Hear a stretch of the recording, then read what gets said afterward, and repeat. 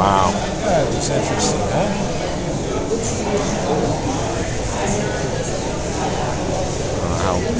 He said the guy that, this guy is unbelievable. He's got a lot of history.